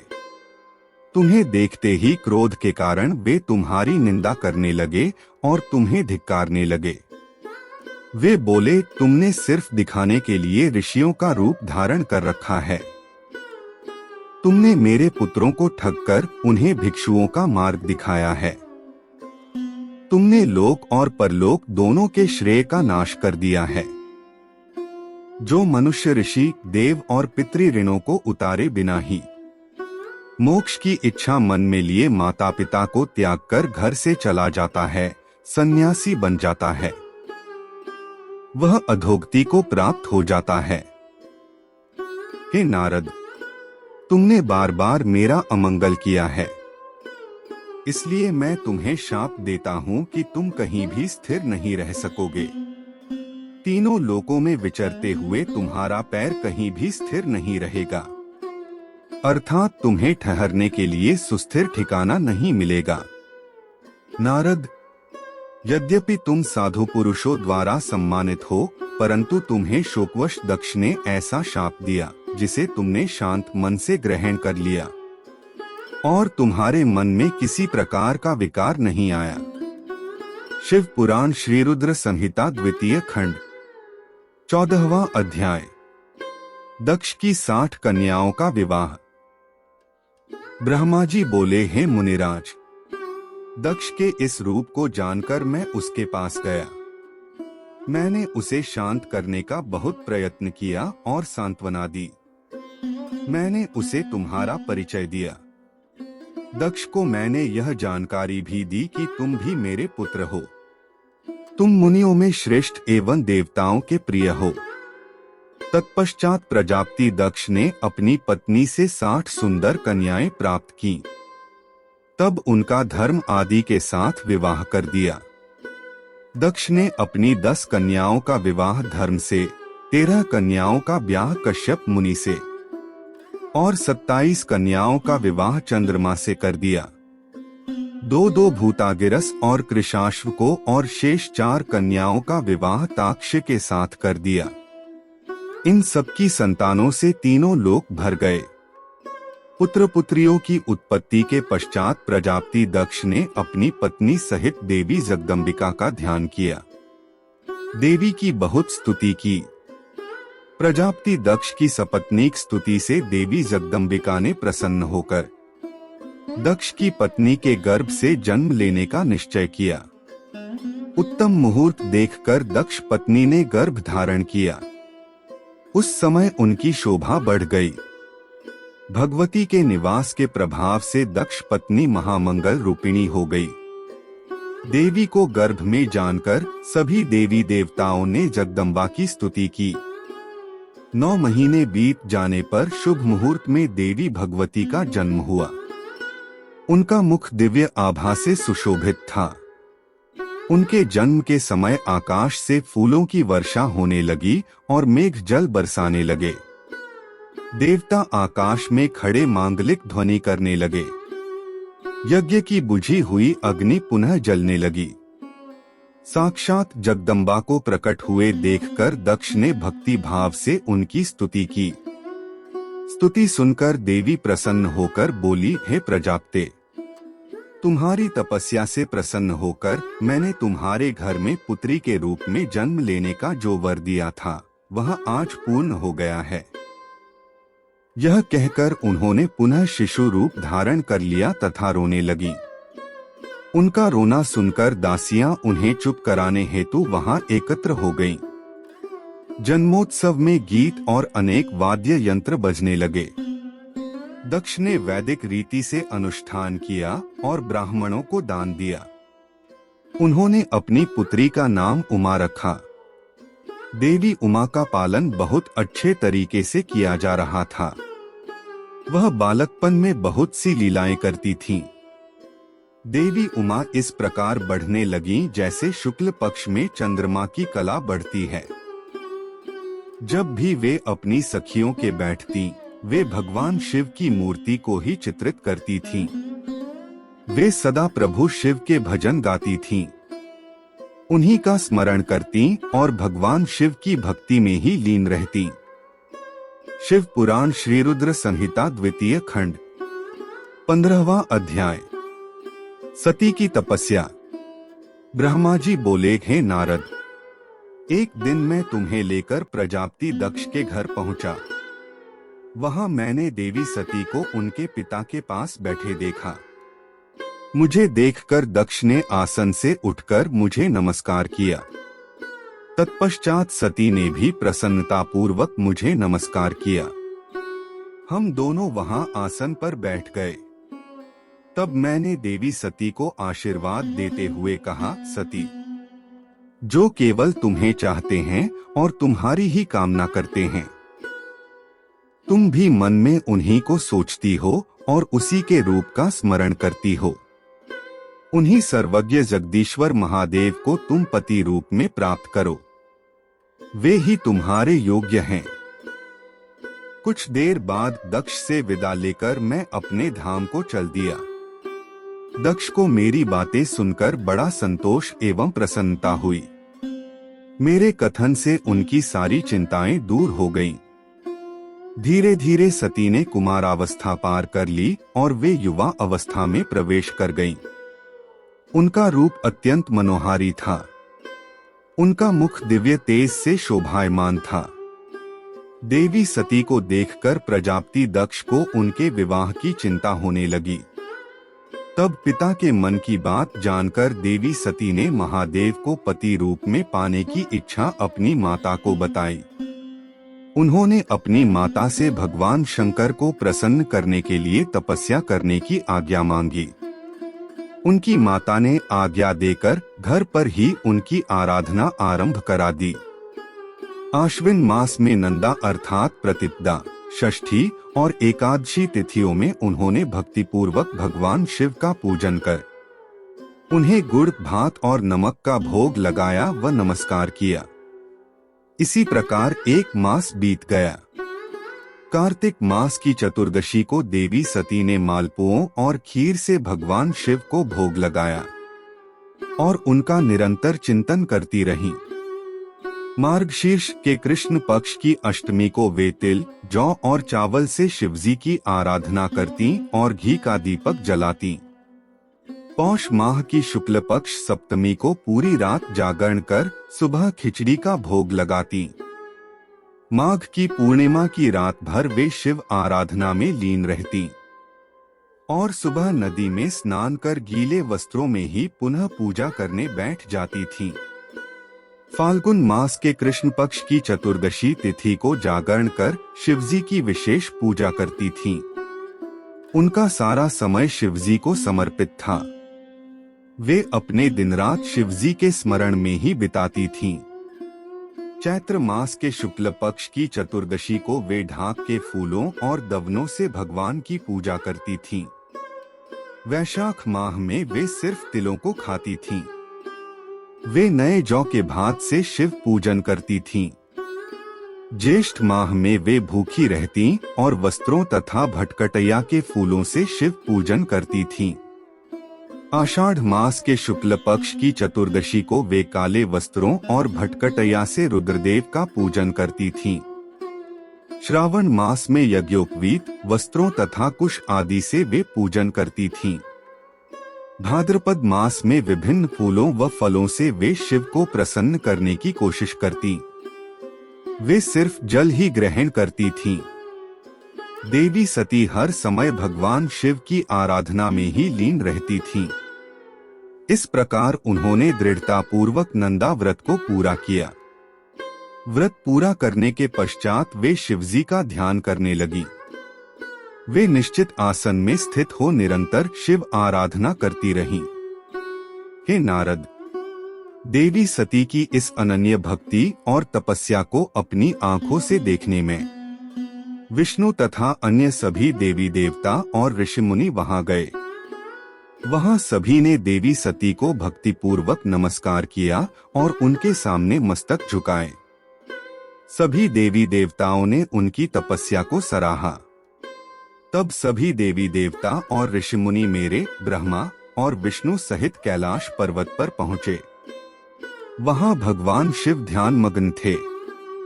हमने उनके निकट जाकर दोनों हाथ जोड़कर उन्हें प्रणाम किया तथा उनकी स्तुति आरंभ कर दी। हमने कहा, प्रभु, आप परम शक्तिशाली हैं। आप ही सत्व, रज और तप आदि शक्तियों के स्वामी हैं। वेदत्रयी, लोकत्रयी आपका स्वरूप है। आप अपनी शरण में आए भक्तों की सदैव रक्षा करते हैं। आप सदैव भक्तों का उद्धार करते हैं। हे महादेव, हे महेश्वर, हम आपको नमस्कार करते हैं। आपकी महिमा जान पाना कठिन ही नहीं असंभव है। हम आपके सामने अपना मस्तक झुकाते हैं। ब्रह्मा जी बोले, नारद, इस प्रकार भगवान शिव शंकर की स्तुति करके सभी देवता मस्तक झुकाकर शिवजी के सामने चुपचाप खड़े हो गए। शिव पुराण श्री रुद्र संहिता द्वितीय खंड 16वां अध्याय। रुद्रदेव का सती से विवाह। ब्रह्मा जी बोले, श्री विष्णु सहित अनेक देवी देवताओं और ऋषि मुनियों द्वारा की गई स्तुति सुनकर सृष्टिकर्ता शिवजी ने प्रसन्नता पूर्वक हम सबके आगमन का कारण पूछा। रुद्रदेव बोले, हे हरे, हे देवताओं और महर्षियों, मुझे अपने कैलाश पर आगमन के विषय में बताइए। आप लोग यहाँ किस लिए आए हैं और आपको कौन सा कार्य है? कृपया मुझे बताइए। मुने, महादेव जी के इस प्रकार पूछने पर भगवान विष्णु की आज्ञा से मैंने इस प्रकार निवेदन किया। मैं बोला, हे देवाधिदेव महादेव, करुणा सागर, हम सब यहाँ आपकी सहायता मांगने के लिए आए हैं। भगवान, हम तीन होते हुए भी एक हैं। सृष्टि के चक्र को नियमित तथा सुचारू रूप से चलाने के लिए हम एक दूसरे के सहयोगी की तरह कार्य करते हैं। हम एक दूसरे के सहायक हैं। हम तीनों के परस्पर सहयोग के फलस्वरूप ही जगत के सभी कार्य संपन्न होते हैं। महेश्वर, कुछ असुरों का वध आपके द्वारा, कुछ असुरों का वध मेरे द्वारा तथा कुछ असुरों का वध श्रीहरि द्वारा निश्चित है। हे प्रभु, कुछ असुर आपके वीर्य द्वारा उत्पन्न पुत्र के द्वारा नष्ट होंगे। हे भगवान, आप घोर असुरों का विनाश कर जगत को स्वास्थ्य व अभय प्रदान करते हैं। हे प्रभु, सृष्टि की रचना, पालन और संहार ये तीनों ही हमारे कार्य हैं। यदि हम अपने कार्य सही तरह से नहीं करें तो हमारे अलग अलग शरीर धारण करने का कोई उद्देश्य ही नहीं रहेगा। हे देव, एक ही परमात्मा महेश्वर तीन स्वरूपों में अभिव्यक्त हुए हैं।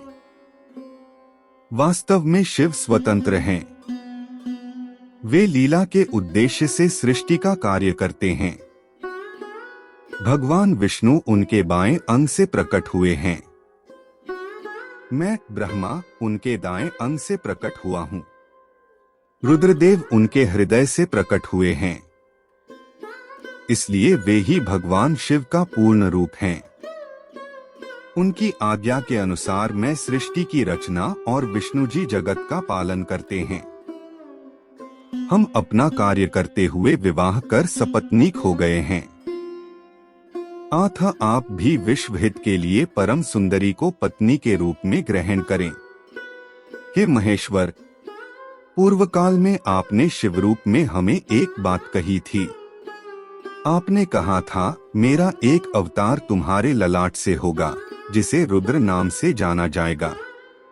तुम ब्रह्मा सृष्टिकर्ता होगे, भगवान विष्णु जगत का पालन करेंगे।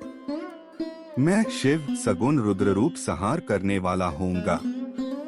एक स्त्री के साथ विवाह करके लोक के कार्यों की सिद्धि करूंगा। हे महादेव, अब अपनी कही बात को पूरा कीजिए। हे प्रभु, आपके बिना हम दोनों अपना कार्य करने में समर्थ नहीं हैं। अतः प्रभु, आप ऐसी स्त्री को पत्नी रूप में धारण करें जो कि लोकहित के कार्य कर सके। भगवान, जिस प्रकार लक्ष्मी विष्णु की और सरस्वती मेरी सहधर्मिणी हैं, उसी प्रकार आप भी अपने जीवन साथी को स्वीकार कीजिए। मेरी यह बात सुनकर महादेव जी मुस्कुराने लगे और हमसे इस प्रकार बोले। उन्होंने कहा, हे ब्रह्मा, हे विष्णु, तुम मुझे सदा से अत्यंत प्रिय हो। तुम समस्त देवताओं में श्रेष्ठ तथा त्रिलोक के स्वामी हो, परंतु मेरे लिए विवाह करना उचित नहीं है। मैं सदैव तपस्या में लीन रहता हूँ। इस संसार से मैं सदा विरक्त रहता हूँ। मैं तो एक योगी हूँ जो सदैव निवृत्ति के मार्ग पर चलता है। घर गृहस्थी से भला मेरा क्या काम? मैं तो सदैव आत्मरूप हूँ, जो माया से दूर है, जिसका शरीर अवधूत है। जो ज्ञानी आत्मा को जानने वाला और कामना से शून्य हो, भोगों से दूर रहता है, जो अविकारी है। भला उसे संसार में स्त्री से क्या प्रयोजन है? मैं तो योग करते समय ही आनंद का अनुभव करता हूँ। जो मनुष्य ज्ञान से रहित हैं, वे ही भोग अधिक महत्व देते हैं। विवाह एक बहुत बड़ा बंधन है, इसलिए मैं विवाह के बंधनों में बंध नहीं चाहता। आत्मा का चिंतन करने के कारण मेरी लौकिक स्वार्थ में कोई रुचि नहीं है। फिर भी जगत के हित के लिए तुमने जो कहा है वह मैं करूंगा। तुम्हारे कहे अनुसार मैं विवाह अवश्य ही करूंगा, क्योंकि मैं सदा अपने भक्तों के वश में रहता हूँ। परंतु मैं ऐसी स्त्री से विवाह करूंगा जो योगिनी तथा इच्छानुसार रूप धारण करने वाली हो। जब मैं योग साधना करूं तो वह भी योगिनी हो जाए, और जब मैं कामासक्त हूं तब वह कामिनी बन जाए। ऐसी स्त्री ही मुझे पत्नी रूप में स्वीकार्य होगी। मैं सदैव शिव चिंतन में लगा रहता हूँ। जो स्त्री मेरे चिंतन में विघ्न डालेगी वह जीवित नहीं रह सकेगी।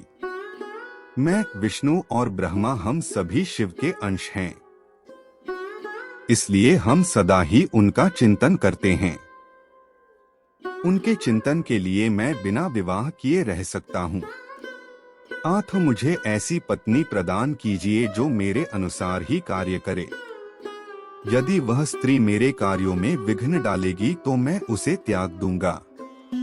विवाह हेतु शिव की स्वीकृति पाकर मैं और विष्णु जी प्रसन्न हो गए।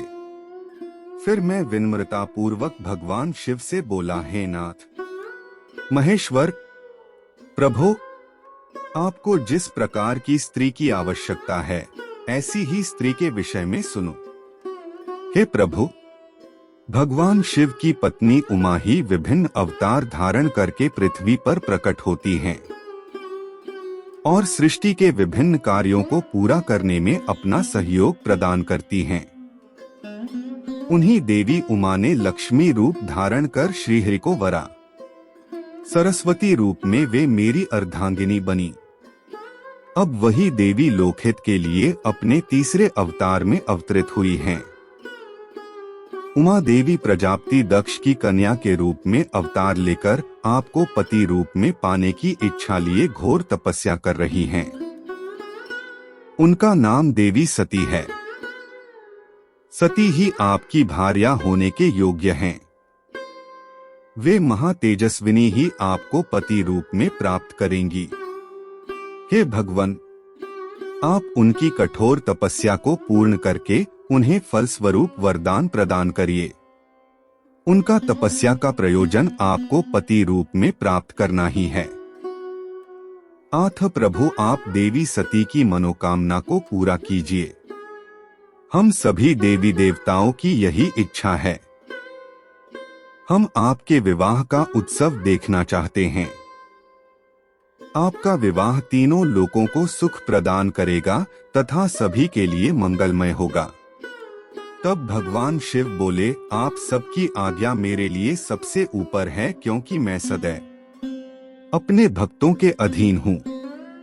आपकी इच्छानुसार मैं देवी सती द्वारा तपस्या पूरी कर उनसे विवाह अवश्य करूँगा।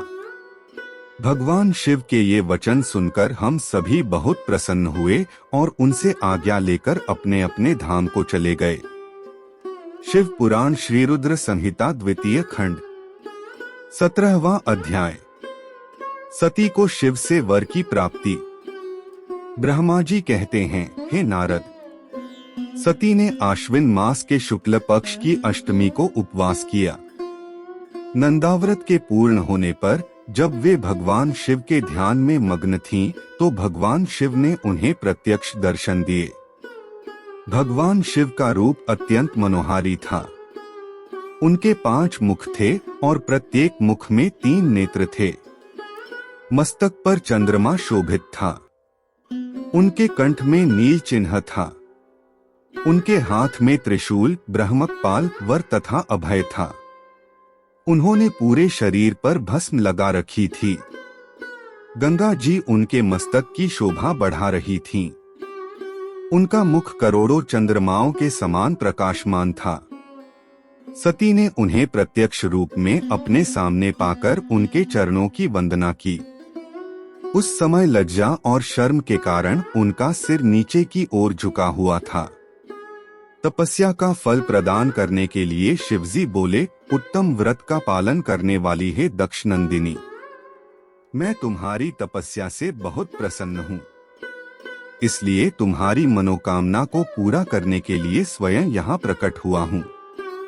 आथ तुम्हारे मन में जो भी इच्छा है, तुम्हारी जो भी कामना है, जिसके वशीभूत होकर तुमने इतनी घोर तपस्या की है, वह मुझे बताओ, मैं उसे अवश्य ही पूर्ण करूँगा। ब्रह्मा जी कहते हैं, हे मुनि, जगदीश्वर महादेव जी ने सती के मनोभाव को समझ लिया था। फिर भी वे सती से बोले कि देवी वर मांगो। देवी सती शर्म से सिर झुकाए थीं। वे चाहकर भी कुछ नहीं कह पा रही थीं। भगवान शिव के वचन सुनकर सती प्रेम में मग्न हो गई थीं। शिवजी बार बार सती से वर मांगने के लिए कह रहे थे। तब देवी सती ने महादेव जी से कहा, हे वर देने वाले प्रभु, मुझे मेरी इच्छा के अनुसार ही वर दीजिए। इतना कहकर देवी चुप हो गईं। जब भगवान शिव ने देखा कि देवी सती लज्जावश कुछ कह नहीं पा रही हैं, तो वे स्वयं उनसे बोले, हे देवी, तुम मेरी अर्धांगिनी बनो। यह सुनकर सती अत्यंत प्रसन्न हुई, क्योंकि उन्हें अपने मनोवांछित फल की प्राप्ति हुई थी। वे अपने हाथ जोड़कर और मस्तक को झुकाकर भक्तवत्सल शिव के चरणों की वंदना करने लगीं। सती बोली, हे देवाधिदेव महादेव, प्रभो, आप मेरे पिता को कहकर वैवाहिक विधि से मेरा पाणी ग्रहण करें। ब्रह्मा जी बोले, नारद। सती की बात सुनकर शिवजी ने उन्हें यह आश्वासन दिया कि ऐसा ही होगा। तब देवी सती ने भगवान शिव को हर्ष एवं मोह से देखा और उनसे आज्ञा लेकर अपने पिता के घर चली गईं। भगवान शिव कैलाश पर लौट गए और देवी सती का स्मरण करते हुए उन्होंने मेरा चिंतन किया। शिवजी के स्मरण करने पर मैं तुरंत कैलाश की ओर चल दिया। मुझे देखकर भगवान शिव बोले, ब्राह्मण, दक्ष कन्या सती ने बड़ी भक्ति से मेरी आराधना की है। उनके नंदाव्रत के प्रभाव से और आप सब देवताओं की इच्छाओं का सम्मान करते हुए मैंने देवी सती को उनका मनोवांछित वर प्रदान कर दिया है। देवी ने मुझसे यह वर मांगा कि मैं उनका पति हो जाऊं। उनके वर के अनुसार मैंने सती को अपनी पत्नी के रूप में प्राप्त करने का वर दे दिया है।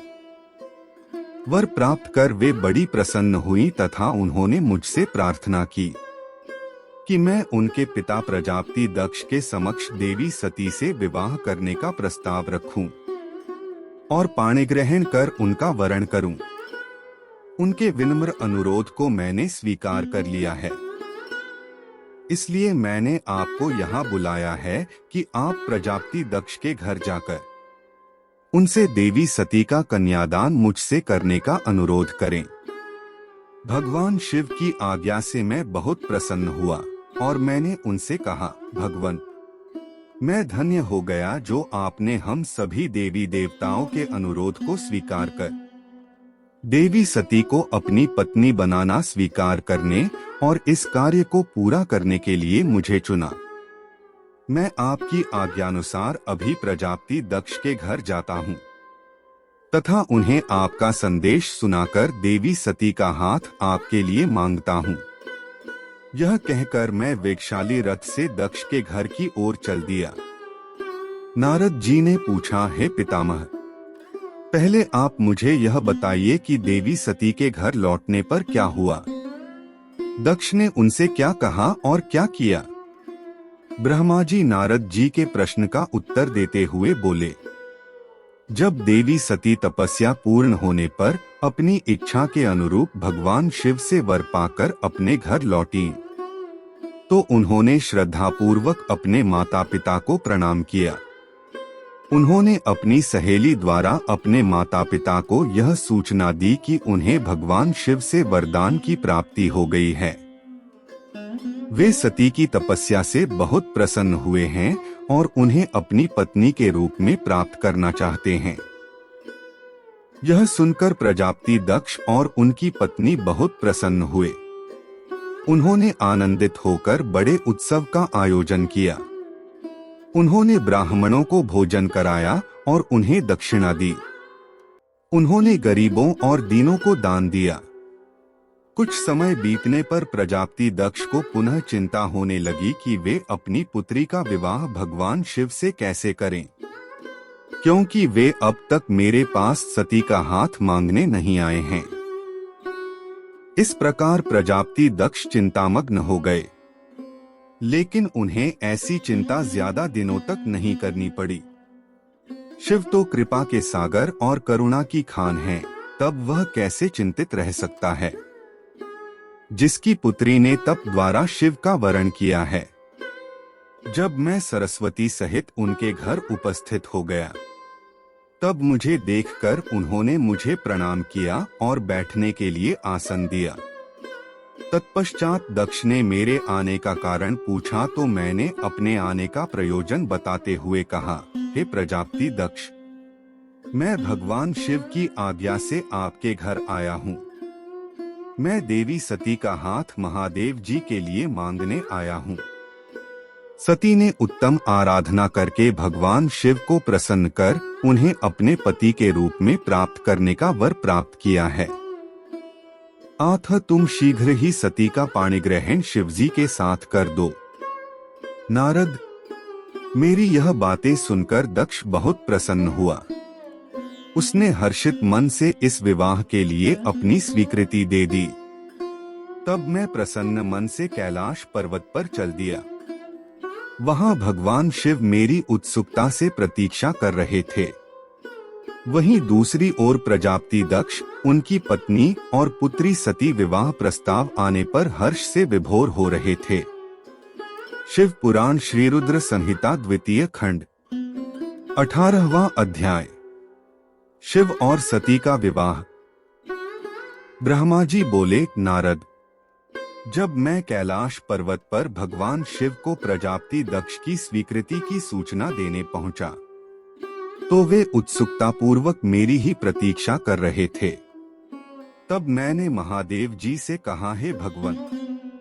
दक्ष ने कहा है कि वे अपनी पुत्री सती का विवाह भगवान शिव से करने को तैयार हैं, क्योंकि सती का जन्म महादेव जी के लिए ही हुआ है। यह विवाह होने पर उन्हें सबसे अधिक प्रसन्नता होगी। उनकी पुत्री सती ने महादेव जी को पति रूप में प्राप्त करने हेतु ही उनकी घोर तपस्या की है। उन्हें इस बात की भी खुशी है कि मैं स्वयं आपकी आज्ञा से उनकी पुत्री के लिए आपका अर्थात भगवान शिव का विवाह प्रस्ताव लेकर वहां गया।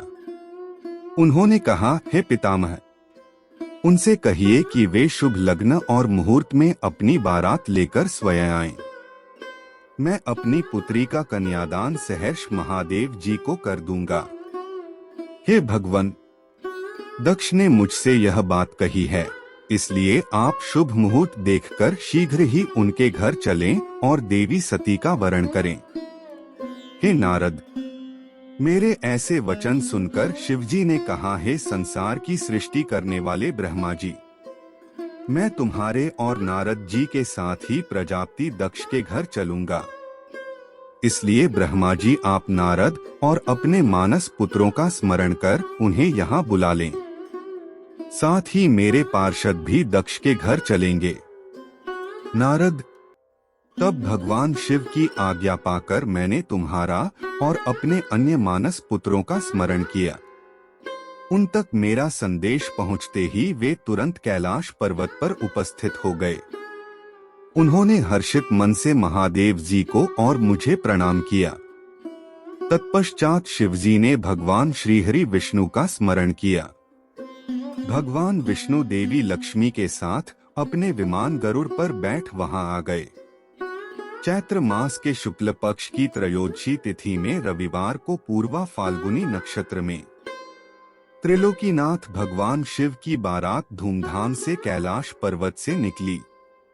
उनकी बारात में मैं, देवी सरस्वती, विष्णु जी, देवी लक्ष्मी, सभी देवी देवता, मुनि और शिवगण आनंदमग्न होकर चल रहे थे। रास्ते में खूब उत्सव हो रहा था। भगवान शिव की इच्छा से बैल, बाघ, सांप, जटा और चंद्रकला उनके आभूषण बन गए। भगवान स्वयं नंदी पर सवार होकर प्रजापति दक्ष के घर पहुँचे। द्वार पर भगवान शिव की बारात देखकर सभी हर्ष से फूले नहीं समा रहे थे। प्रजापति दक्ष ने विधिपूर्वक भगवान शिव की पूजा अर्चना की। उन्होंने सभी देवताओं का खूब आदर सत्कार किया तथा उन्हें घर के अंदर ले गए। दक्ष ने भगवान शिव को उत्तम आसन पर बैठाया और हम सभी देवताओं और ऋषि मुनियों को भी यथायोग्य स्थान दिया। सभी का भक्तिपूर्वक पूजन किया। तत्पश्चात दक्ष ने मुझसे प्रार्थना की कि मैं ही वैवाहिक कार्य को संपन्न कराऊं। मैंने दक्ष की प्रार्थना को स्वीकार किया और वैवाहिक कार्य कराने लगा। शुभ लग्न और शुभ मुहूर्त देखकर प्रजापति दक्ष ने अपनी पुत्री सती का हाथ भगवान शिव के हाथों में सौंप दिया और विधि विधान से पाणिग्रहण संस्कार संपन्न कराया। उस समय वहां बहुत बड़ा उत्सव हुआ और नाच गाना भी हुआ। सभी आनंदमग्न थे। हम सभी देवी देवताओं ने भगवान शिव और देवी सती की बहुत स्तुति की और उन्हें भक्तिपूर्वक प्रणाम किया। भगवान शिव और सती का विवाह हो जाने पर उनके माता पिता बहुत प्रसन्न हुए और महादेव जी को अपनी कन्या का दान कर प्रजापति दक्ष कृतार्थ हो गए। महेश्वर का विवाह होने का पूरा संसार मंगल उत्सव मनाने लगा। शिव पुराण श्री रुद्र संहिता द्वितीय खंड 19वां अध्याय। ब्रह्मा और विष्णु द्वारा शिव की स्तुति करना। ब्रह्मा जी कहते हैं, नारद, कन्यादान करके दक्ष ने भगवान शिव को अनेक उपहार प्रदान किए। उन्होंने सभी ब्राह्मणों को भी दान दक्षिणा दी। तत्पश्चात भगवान विष्णु अपनी पत्नी लक्ष्मी जी सहित भगवान शिव के समक्ष हाथ जोड़कर खड़े हो उनकी आराधना करने लगे। वे बोले, हे दयासागर महादेव जी, आप संपूर्ण जगत के पिता हैं और देवी सती सबकी माता हैं। भगवान आप दोनों ही अपने भक्तों की रक्षा के लिए और दुष्टों का नाश करने के लिए अनेक अवतार धारण करते हैं। इस प्रकार उन्होंने शिवसती की बहुत स्तुति की। नारद, मैं उनके पास आकर विधि के अनुसार फेरे कराने लगा। ब्राह्मणों की आज्ञा और मेरे सहयोग से सती और भगवान शिव ने विधिपूर्वक अग्नि के फेरे लिए। उस समय वहां बहुत अद्भुत उत्सव किया जा रहा था। वहां विभिन्न प्रकार के बाजे और शहनाइयां बज रही थी। स्त्रियां मंगल गीत गा रही थीं और खुशी से सभी नृत्य कर रहे थे। तत्पश्चात भगवान विष्णु बोले, सदाशिव, आप संपूर्ण प्रकृति के रचयिता हैं। आपका स्वरूप ज्योतिर्मय है। ब्रह्मा जी, मैं और रुद्रदेव आपके ही रूप हैं। हम सभी सृष्टि की रचना, पालन और संहार करते हैं। हे प्रभु, हम सब आपका ही अंश हैं। प्रभु, आप आकाश के समान सर्वव्यापी और ज्योतिर्मय हैं। जिस प्रकार हाथ, कान, नाक, मुंह, सिर आदि शरीर के विभिन्न रूप हैं, उसी प्रकार हम सब भी आपके शरीर के ही अंग हैं। आप निर्गुण निराकार हैं। समस्त दिशाएं आपकी मंगल कथा कहती हैं। सभी देवी देवता और ऋषि मुनि आपके ही चरणों की वंदना करते हैं। आपकी महिमा का वर्णन करने में मैं असमर्थ हूँ। भगवान, यदि हम सबसे कुछ गलती हो गई हो तो कृपया उसे क्षमा करें और प्रसन्न हो। ब्रह्मा जी बोले। इस प्रकार श्रीहरि ने भगवान शिव की बहुत स्तुति की। उनकी स्तुति सुनकर भगवान शिव बहुत प्रसन्न हुए। विवाह की सभी रीतियों के पूर्ण होने पर हम सभी ने महादेव जी एवं देवी सती को बधाइयां दी तथा उनसे प्रार्थना की कि वे अपनी कृपा दृष्टि सदैव सभी पर बनाए रखें, वे जगत का कल्याण करें। तत्पश्चात भगवान शिव ने मुझसे कहा, हे ब्रह्मा, आपने मेरा वैवाहिक कार्य संपन्न कराया है, अतः आप ही मेरे आचार्य हैं। आचार्य को कार्य सिद्धि के लिए दक्षिणा अवश्य दी जाती है, इसलिए आप मुझे बताइए कि मैं दक्षिणा में आपको क्या दूं? महाभाग, आप जो भी मांगेंगे मैं उसे अवश्य ही दूंगा। मुने, भगवान शिव के इस प्रकार के वचन सुनकर मैं हाथ जोड़कर उनके सामने खड़ा हो मैं गया। मैंने उन्हें प्रणाम करके कहा, हे देवेश, यदि आप मुझे अपना आचार्य मानकर कोई वर देना चाहते हैं तो मैं आपसे यह वर मांगता हूँ कि आप सदा इसी रूप में इसी वेदी पर विराजमान रहकर अपने भक्तों को दर्शन दें। इस स्थान पर आपके दर्शन करने से सभी पापियों के पाप धुल जाएं। आपके यहाँ विराजमान होने से मुझे आपका साथ प्राप्त हो जाएगा। मैं इसी वेदी के पास आश्रम बनाकर यहाँ निवास करूँगा और तपस्या करूँगा। हे प्रभु, मेरी यही इच्छा है। चैत्र मास के शुक्ल पक्ष की त्रयोदशी को पूर्वा फाल्गुनी नक्षत्र में रविवार के दिन जो भी मनुष्य भक्ति भाव से आपका दर्शन करे उसके सभी पाप नष्ट हो जाएं। रोगी मनुष्य के सभी रोग दूर हो जाएं। इस दिन आपका दर्शन कर मनुष्य जिस इच्छा को आपके सामने व्यक्त करे उसे आप तुरंत पूरा करें। हे प्रभु, आप इस दिन सभी को मनोवांछित वर प्रदान करें। भगवान, यही वरदान मैं आपसे मांगता हूँ। मेरी यह बात सुनकर भगवान शिव बहुत प्रसन्न हुए। वे बोले, हे ब्रह्मा, मैं आपकी इच्छा अवश्य ही पूरी करूँगा। तुम्हारे वर के अनुसार मैं देवी सती सहित इस वेदी पर विराजमान रहूँगा। यह कहकर भगवान शिव देवी सती के साथ मूर्ति रूप में प्रकट होकर वेदी के मध्य भाग में विराजमान हो गए। इस प्रकार मेरी इच्छा को पूरा कर जगत के हित के लिए प्रभु शिव वेदी पर अंश रूप में विराजमान हुए। शिव पुराण श्री रुद्र संहिता द्वितीय खंड 20वां अध्याय। शिव सती का विदा होकर कैलाश जाना। ब्रह्मा जी बोले, हे महामुनि नारद, मुझे मेरा मनोवांछित वरदान देने के पश्चात भगवान शिव अपनी पत्नी देवी सती को साथ लेकर अपने निवास स्थान कैलाश पर्वत पर जाने के लिए तैयार हुए।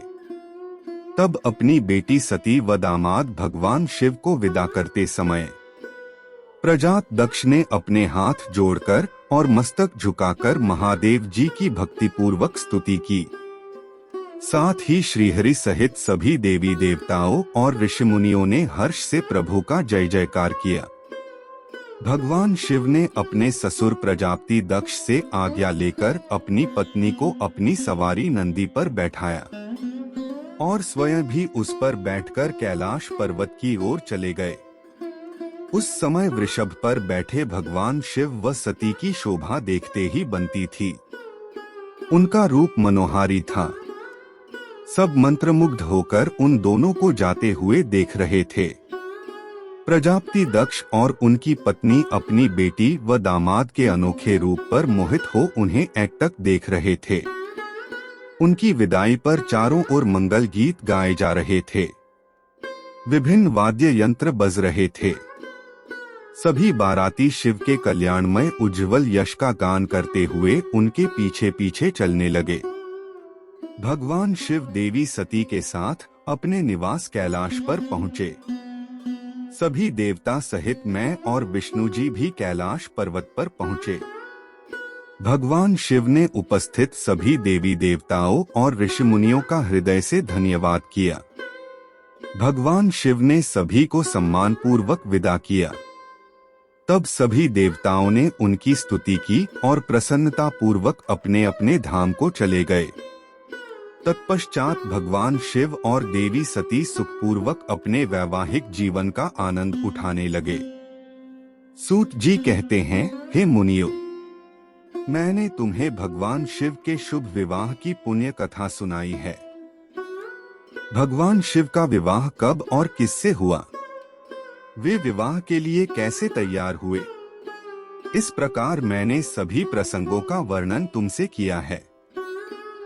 विवाह के समय यज्ञ अथवा किसी भी शुभ कार्य के आरंभ में भगवान शिव का पूजन करने के पश्चात इस कथा को जो सुनता अथवा पढ़ता है, उसका कार्य या वैवाहिक आयोजन बिना विघ्न और बाधाओं के पूरा होता है।